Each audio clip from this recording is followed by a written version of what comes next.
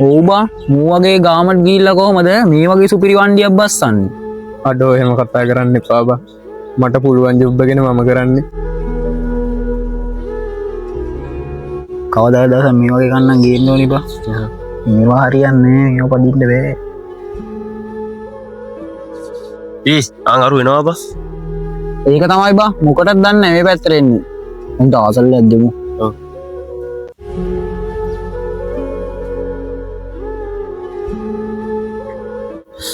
අඩෝ මරු බයික් එකනේ බා.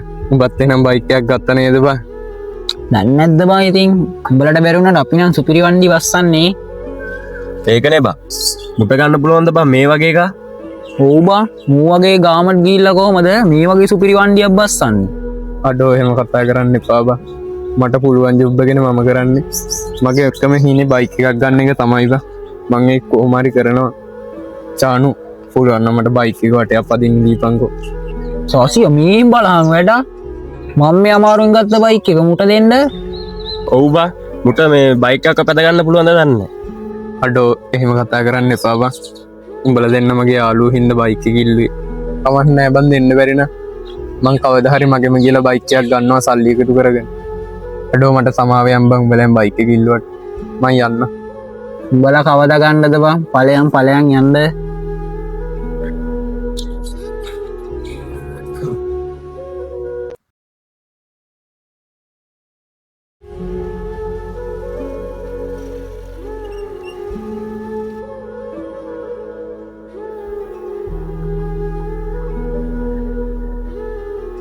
යඩෝ මචං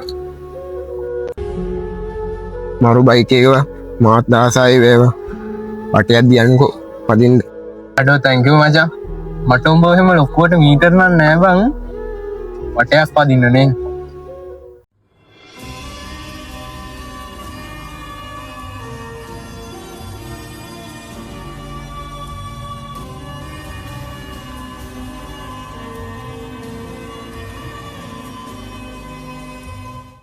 අඩෝ උඹ වටයක් පදින්න ඉල්ලද්දි තමයි බං මටත් ඒ කාලේ ගැන මතක් වුනේ.